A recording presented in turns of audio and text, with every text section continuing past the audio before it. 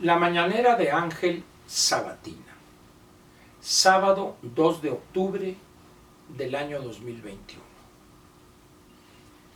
Hoy, hace 53 años, se registró la parte que no pocos, equivocadamente desde mi punto de vista, y no solo desde mi punto de vista, también quien insistió una y otra vez en decir y argumentar que el 68 no era el 2 de octubre, fue Marcelino Perelló, que en paz descanse.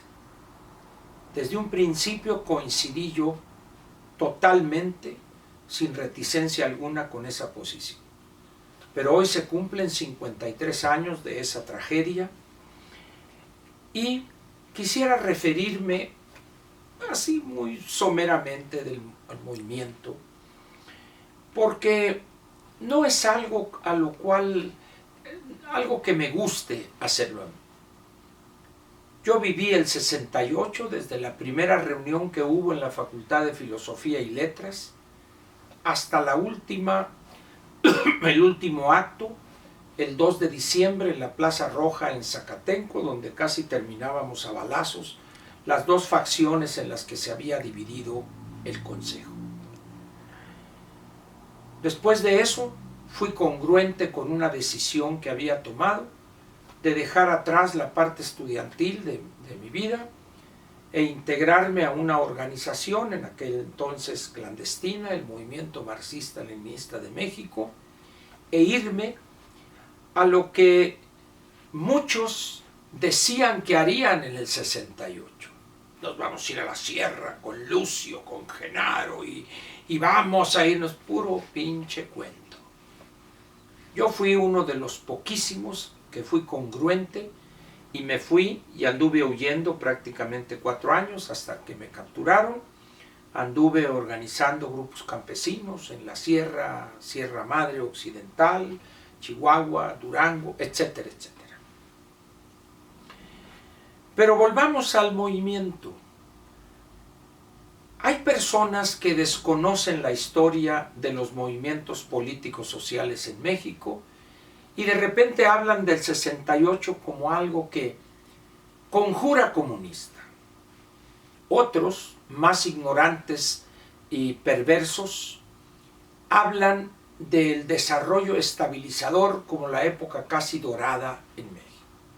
Yo les voy a dar algunas fechas para que vean ustedes la clase de gobierno que existía en México durante esos años llamados del desarrollo estabilizador.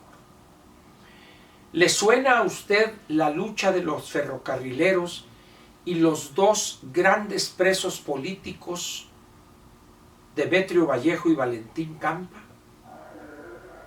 ¿Les recuerda a ustedes algo el asesinato vil por una partida militar, una partida del ejército mexicano, que asesinaron a la familia del dirigente campesino morelense Rubén Jaramillo y a su esposa embarazada de 4 meses de gestación? ¿Recuerdan ustedes el movimiento de los mineros de Nueva Rosita reprimidos por el gobierno de Miguel Alemán? ¿Recuerdan ustedes algo del movimiento magisterial encabezado por Otón Salazar, dirigente del movimiento revolucionario del magisterio? ¿Y el movimiento de los médicos residentes en 1965? ¿Acaso ya olvidaron las veces que el general José Hernández Toledo, al frente del batallón de paracaidistas, entró a la Universidad de Sonora, a la Universidad Nicolaita en Morelia, etcétera? Eso forma parte del desarrollo estabilizador, la etapa más autoritaria en los tiempos modernos de México. Y ahora sale por ahí el bulto a querernos decir que aquella era una época casi idílica. Ignorante y además perverso, porque miente.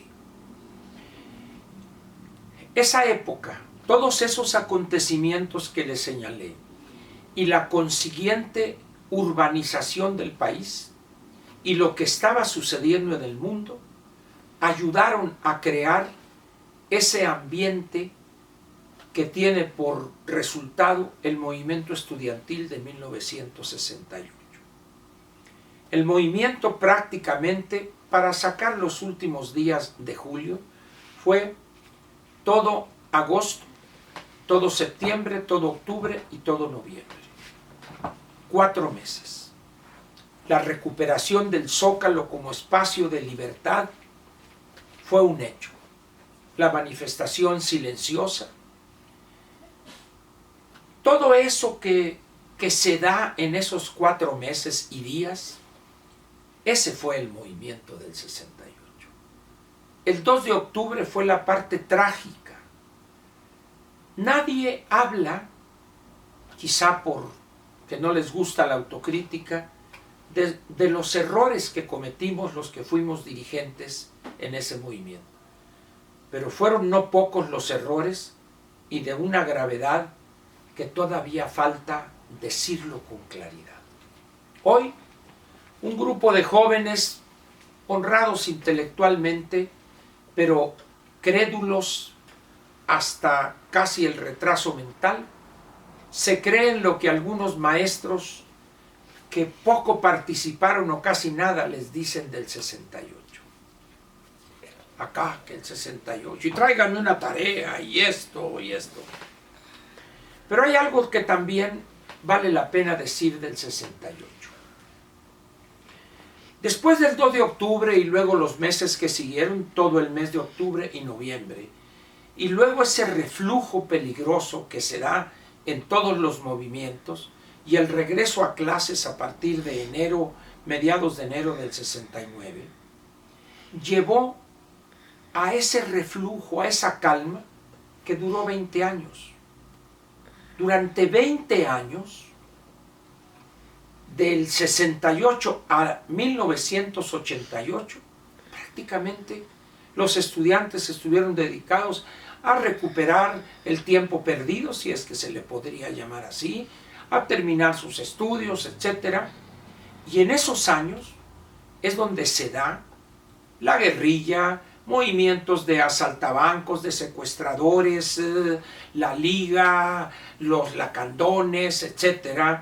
El asesinato cobarde de don Eugenio Garza Sada por parte de algunos integrantes, donde estaba incluso el hijo de la señora, hermano de quien hoy es presidente de la Comisión Nacional de Derechos Humanos, etc.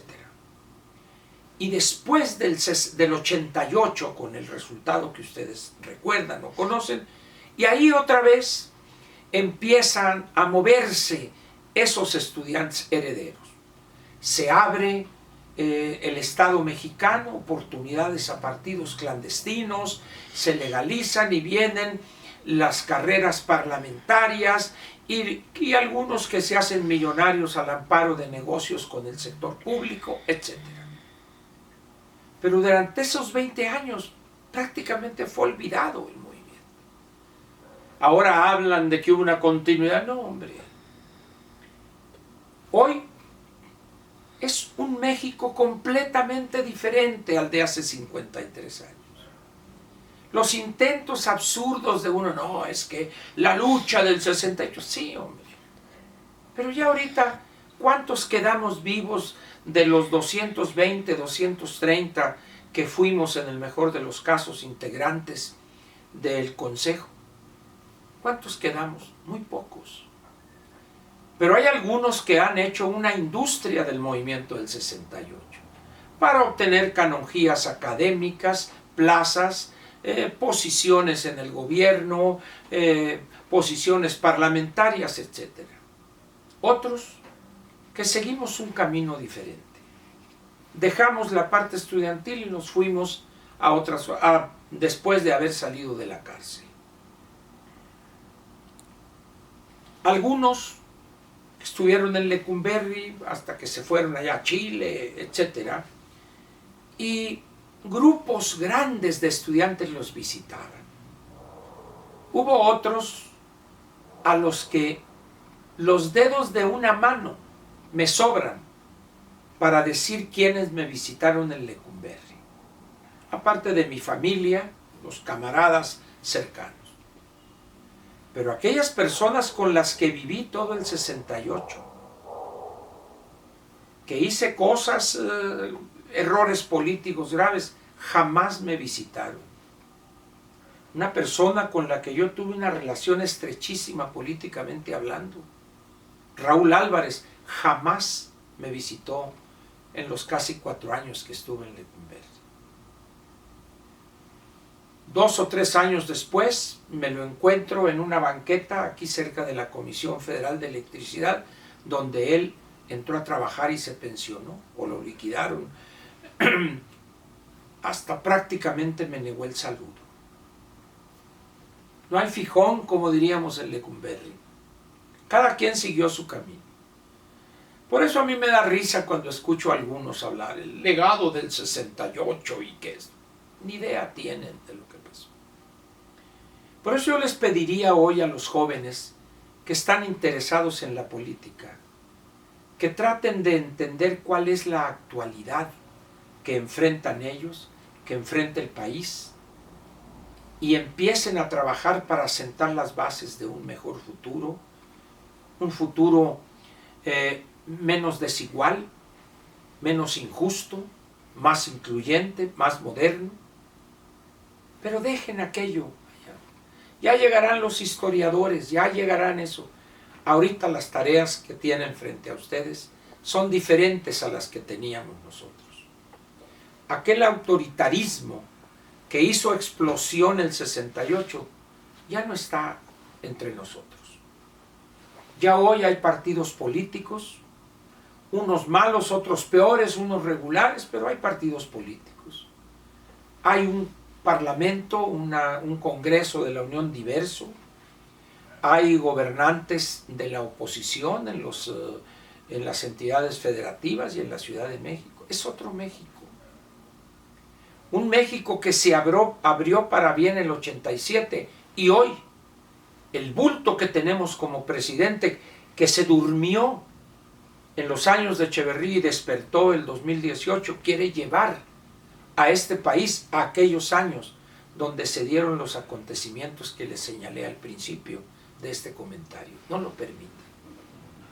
La tarea a llevar a cabo está frente a ustedes. Nosotros ya vamos de salida. Nosotros ya cumplimos, bien o mal, que esto hicimos, que esto no hicimos, que aquí la regamos, acá acertamos. Eso ya es historia.